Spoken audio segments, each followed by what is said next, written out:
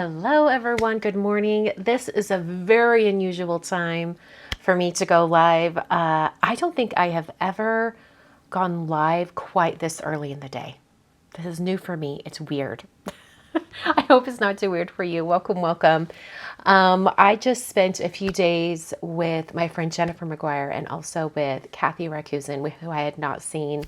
Well, I saw her briefly at a wedding in July, but I hadn't seen her for an extended period of time for quite some time. So that was a lot of fun.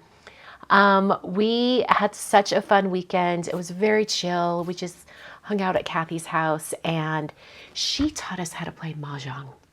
Have any of you ever played Mahjong? This was American Mahjong. I am deep into the Mahjong rabbit hole now. Learning all the things.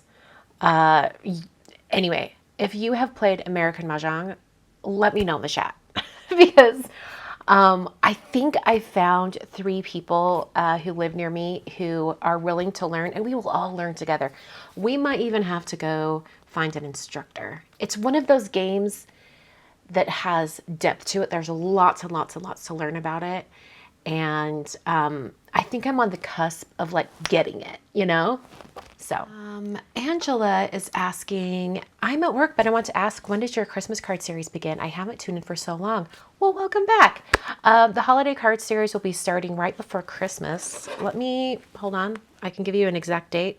It starts October 24th. So it actually starts exactly a week before Halloween. So that's going to be here before we know it, right? All right, well, let's get into the crafting. We've been just like chatting here for a little bit. So today for my live, I thought I would break out a product from my September release. We're going to play with the Winter Greenery background bundle. And there's a few different ways that you can add color to it. Let's switch to the overhead. And then I'm going to have a poll because I want your opinion on how I should use it today. So this is the actual background. Let me get this out. This is the background. It's a background stamp. It's all one big piece with poinsettias and greenery and berries and all the things. And then there is a layered stencil set that helps you color in all of the images. You can use it with paste or ink or lots of other different things to color the background.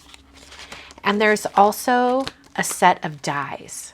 And this die is a little bit different because really the only thing in the die set that matches the background is it will cut out this outer edge. Do you see this right here? It'll cut this outer edge.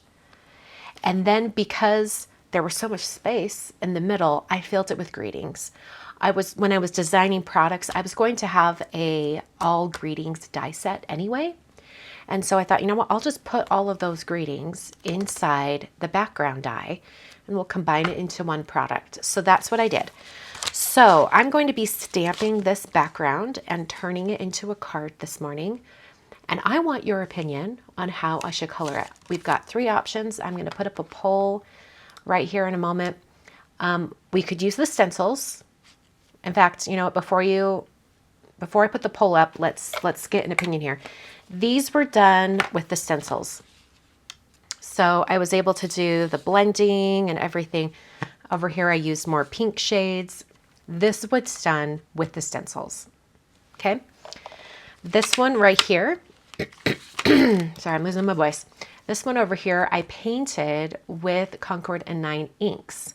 So I smushed the inks onto a slick surface and picked them up with a brush and then painted it onto my background. So this one was painted. Now I'm going to add a third option, which is alcohol marker coloring. I haven't done that yet with this background, so I thought that could be fun. So I'm going to put this poll up. So whatever you'd like to do. I'm going to keep these out because it looks like the stencils might be winning. All right, I'm going to call it Stencils 1. Watercolor wasn't too far behind. I'm going to have to save the alcohol marker coloring for the holiday card series because I really do want to try this with markers. Okay, so one of the things you have to consider when you're going to be using an image like this is what type of ink you're going to be using. And the way you color it will determine what type of ink you use, or what ink you don't want to use. So we're going to be adding some ink on here, which will re-wet the paper and also the stamped lines. So we want to make sure that we use an ink that will not smear or smudge when moisture is added. So we want something waterproof, or even something that if it dries completely is smudge resistant. So I think I will probably use one of my favorite inks. I use it all the time. You guys probably could call it out. I'm going to be using Versafine, and I'll use the Versafine Clair. Sometimes you can't see if it's on all the sections of the stamp, you know? Now, I don't want any of these really dainty lines on the stamp image to kind of blob out by pressing the stamp too hard. Have you guys done that? Like you press a little too hard and it kind of squishes the soft photopolymer material, and it really kind of blooms out those lines, and you don't get a really crisp image. So I'm going to just put that down. I don't want to press too hard. I have a press tool here. This is a Stampin' Bug glider. That'll help press it down. I don't want to press too hard though. Okay. And I'll probably have some gaps. Yeah, totally have some gaps. I'm going to come back, press more right there. That filled it in. Press right there. That looks pretty good actually. I don't think I'll even need to stamp it a second time. That looks pretty good. All right. I'll peel this up. And now I'm going to stamp it a second time just because I'm paranoid. I'm live, right? All right, so I've got my two backgrounds. And just to be safe, I think I'm going to heat set these a little bit just to make sure they're completely dry. Okay. I'm grabbing my grip mat. I find it so much easier to stencil with a grip mat. So that's what I'm using here. Let's do, well, first let's pick out some ink colors. Okay, I'm going to start with, actually, I think I'll use a pink blending brush. I've got a little bit of scratch paper here. Because watermelon's kind of a pinky shade, right? It's a little more pink than red. So I'll just get some on my brush. And then I'm going to just start ink blending from the center. You know what? I can zoom in. Let's zoom in a little bit here. There we go. Oh, thank you, Laura. I like to kind of pounce off on the stencil so I don't have so much ink, and then come directly to the center. I'm so sorry you guys can't see exactly what I'm doing right now because my hand's in the way, but I'm basically blending out from that center. I can even pick up that ink that I put there and come back. I want the bulk of the concentration of color to be right there in the center, and then radiate out to the points of the leaves. All right, so that was a watermelon. Before I lift up the stencil, and I lift that up off my grip mat, I'm going to come in with Poppy, and now I will switch to a red. And once again, the dark red blending brush, I mean. And remember, I don't want it to go all the way out to the points. I want it to kind of still stay in the center. So I'm only going to do about that much, and then I can come back with my pink blending brush and I can just kind of soften that red line because it was a little stark.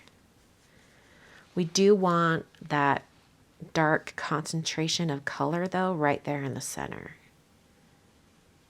All right, so I added that red. I'm going to switch back to my pink blending brush and try to soften that red out a little bit. See how it kind of really softens that? Now I'm going to Cranberry. You know what? I can't. I think I like to use my ink stand a little bit more. because I can lift up the inks easier. I'm going to stick with my red. Actually, no, I'm not. I'm going to switch to a smaller blending brush. This is a Shader 0 from Waffle Flower. And I'm just getting a little bit of that darker red so that I can really kind of concentrate only right there in the center.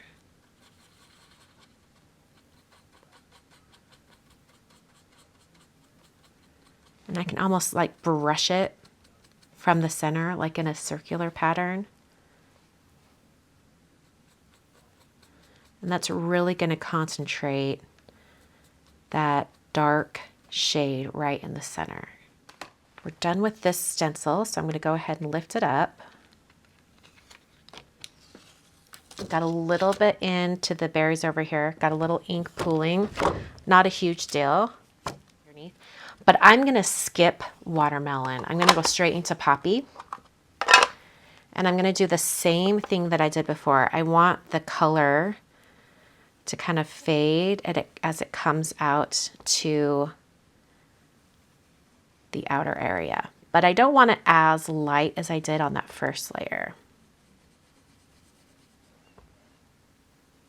And it gets a little bit tricky because you've got the two poinsettias overlapping here. Now I'm going to come back with Cranberry. And I'm going to do the same thing that I did on the previous stencil with poppy. I'm just going to like bring it in right in the center areas like that on each one of these and really concentrate it. I feel like my stencil keeps moving. I'm trying to hold it down. We really want to see more color coming from the center. Now you're going to think I'm a little crazy coming in with Nutmeg. And I'm going to switch to another small brush. This is just happens to be the Altenew micro blending brush. I've used it with browns before, so that's why I'm using it here. And can add just a little brown in that same way, just like flicking in from the edge of the stencil to try to get a little bit of a darker shading just in that area. To see how that darkened up just that one leaf? That's what we want. And I'm trying to remember, I think when I did my initial cards, I actually used a Post-it. Let me see if I can grab a Post-it here to mask off some of these leaf areas so that I could get a little bit of a, you see how there's these two leaves right here? I want it to look like this leaf right here is underneath the other. So I'm going to put my little Post-it right there, and I can come in off that edge. And then that accentuates that it's underneath that leaf. I'm going to do the same right here.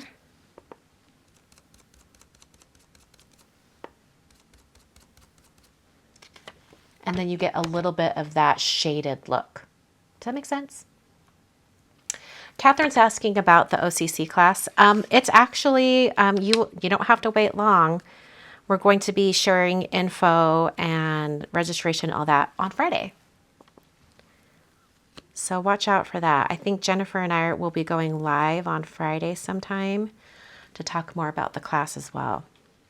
Add that right there just to get a little, get that edge showing.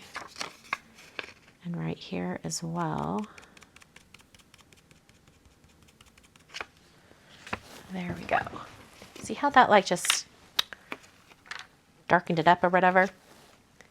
Okay, I'm gonna peel up this stencil. There we go. Now you can see the different layers. I think I do want to add a little bit of that nutmeg on the first stencil that we used. Nutmeg right in the center will just darken it up. This is what's really going to make these colors look rich. Give it lots more depth. This is similar to what I do when I'm coloring with my alcohol markers and I'm coloring reds. In order to, like, you don't want to just keep getting a darker and darker and darker red. Instead, add a brown. I'm afraid I got a lot of my red colors seeping into the center area, but I'm hoping it won't be too bad once we get the yellow on top. And I'll use my yellow blending tool and I'll just do that right over the center.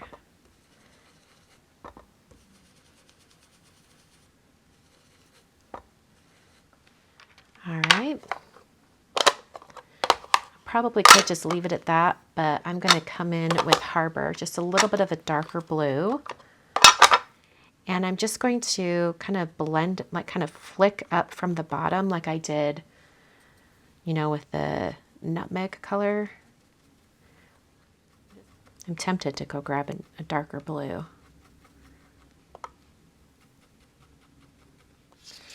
So now we have all those berries. All right, so we have 3 colors to use on the leaves. We've got Tide Pool, Juniper, and Rainforest. I think I'll do what I did on the poinsettias, and like one stencil will have the lighter version of the leaves, and then the other stencil will have the darker version of the leaves. So let's do the lighter version on this, worrying about, you know, making sure there's some light and dark areas and things like that. Okay, just put down a layer of color. I'm gonna come over with Juniper. And for this one, I'm going to grab like the lighter or the darker kind of aqua greenish color for my blending brush. And this time I'm going to try to concentrate the color at the center of where the stem is. Like I want it to have the darkest toward the stem. There we go. Do you see that? How it's concentrating the color down here and it kind of fades up. Just because I can anticipate that I'll want to do it, I'm going to add a little bit of Rainforest using that same really small flicking technique. Looks like I have a small green brush. This is another one of those Waffle Flower Shader 0 plus it looks like. So I'm just going to, just right from the very center, I'm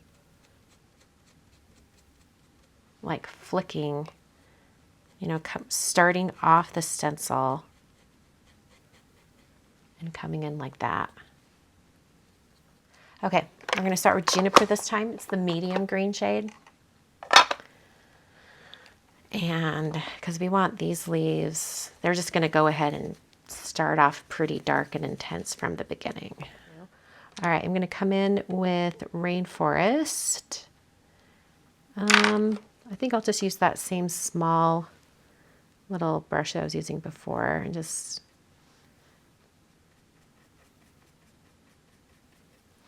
flick that up into the leaf.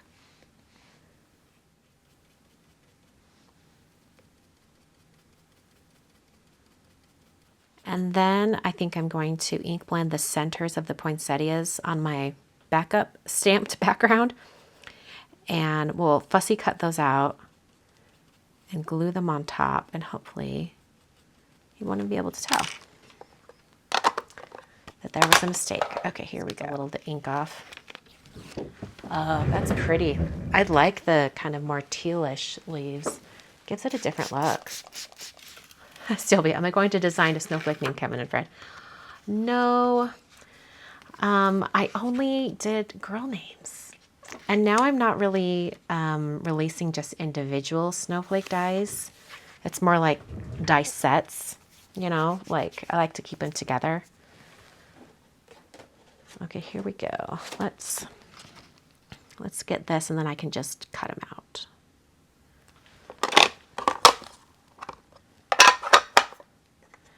And I'll take that yellow.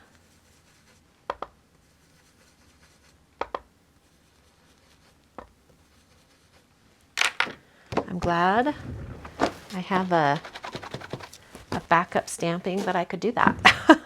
So I'm just fussy cutting around these. Thankfully they're kind of all together in a group. Yeah, this will work. This is just a black brush tip marker. What I'm doing is I'm just painting the white edges of the cardstock, and this is going to help hide the fact that this is just glued on top. Because if you glue it on top, sometimes, you know, depending on the angle that you're looking at the background with, you'll be able to see the white edge of the cardstock that's glued on top. And this is going to make it look seamless. I'll just go right on top and you won't be able to tell. See how like that hides it? Like you can hardly tell. I can just go just like that.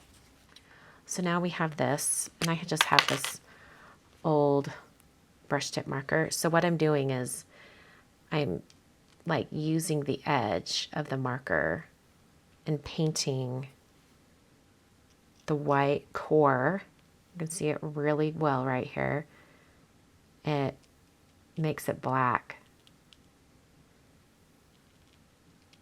Just like that.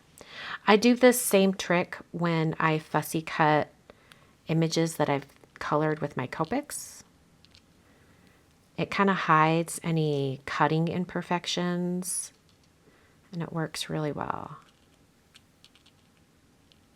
Okay, there we go. So now we can do just a little of this, and it'll go right over the top. Ta-da! And then it looks perfect.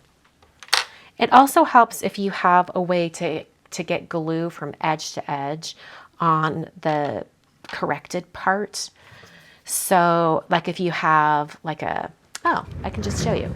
Like if you have a Xyron Create a sticker or a little X, whatever they're called, just this little thing that you can put smaller pieces of cardstock through and it turns them into stickers.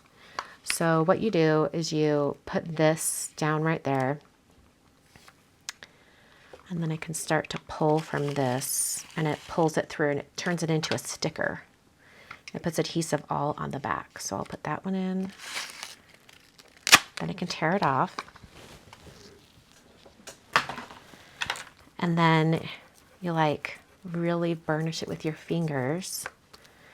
Get those edges really well. In fact, you can even go around it with like something sharp, like I'm using a little craft pick right now.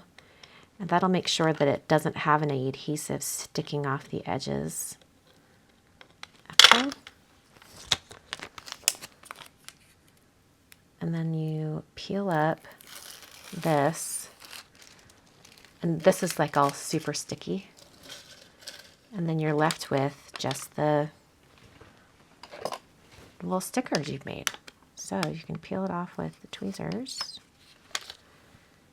Get it positioned just right. Press that down. And then I'll do the same over here. Notice how it's not cut out perfect. But once we have it on the background, it will look more perfect just because it'll already be down there. Okay. All right. So now when you look at it, you can barely tell it's another piece of cardstock because I painted that edge with my black marker. So there you go. That's a quick fix for you.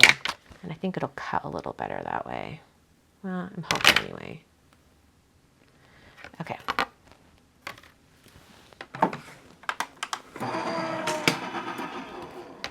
Okay. Oh, good. Nothing really moved. We love that. And we also have to fix that one little berry bleed down here. Remember that down there? That little bleed? But look how pretty that is. I love that. All right. Cut those out.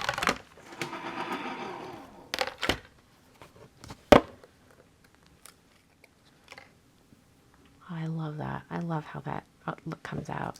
It's a 3D embossing folder. Let's see here. Because like with that texture, okay. And this is a 5x7, so like how do I I've got to decide. How do I want this on the card? Do I want it like that? I could have it coming down off the corner. Oh, that would be nice, because it kind of hides where the pattern would stop down here. Oh, I know what we're going to do. Okay. We're going to make it look like this embossing folder went the full 5x7. We're going to do it. Okay, I'm not spraying with alcohol. I almost sprayed my cardstock with alcohol. That's not going to work. Okay. So we're going to put it in. I'm going to try to line it up right on the edge here, because I really need it to be precise as I do this. All right, let's run that through.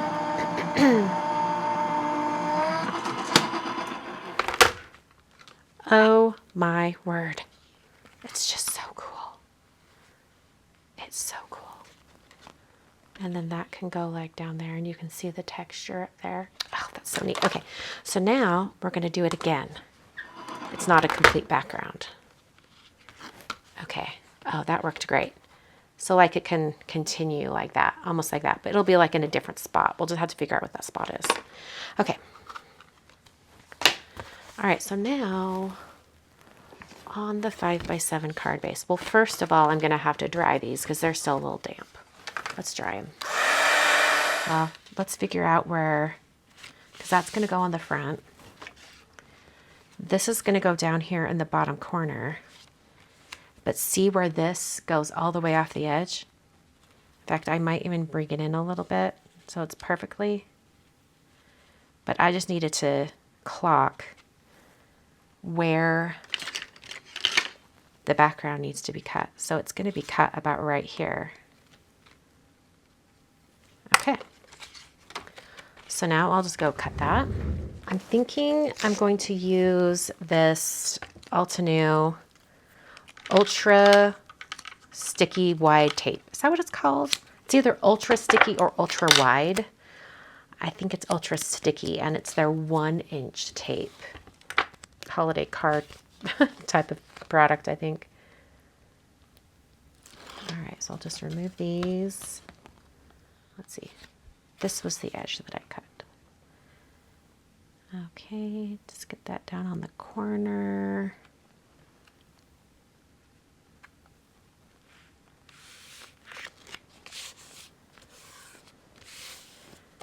Lovely. And now I can take the other one and just add that on. It's not really a continuous pattern, but you won't be able to tell once it's on the card. Okay, maybe I should cut it first before I start putting some foam on. It's going to be right there. So like that much is getting cut off. Okay, did I get it? Oh, I'm very close. What about up there? There we go. Okay. So that's exactly where it's going to be added onto the card. Okay. Kind of getting that bottom edge. There we go. All right, so we've got that on there. That would be really pretty as like a horizontal card too, right? Now I'm second guessing myself. Do I want it to be a horizontal card? Like a landscape? Then I'll put glue up here at the top where it's going to stick to the leaf. And then right there. I love that. Come in and just get that blue. I think it kind of hides it. People are saying yes to the gold splatter. Let's try it. All right, here's my Christmas paints from Yuli watercolor.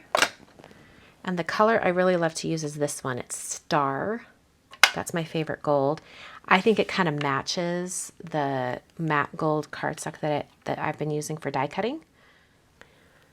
So we can just do a little.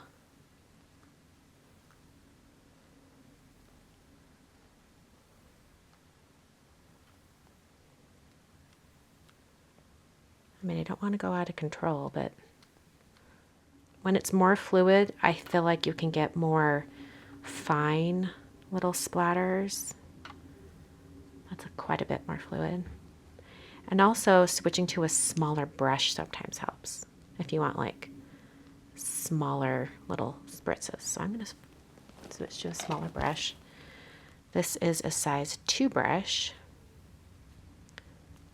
Yeah, now I'm getting some finer little spritzes. All right, I'm going to call it at that. I don't want to overwhelm it.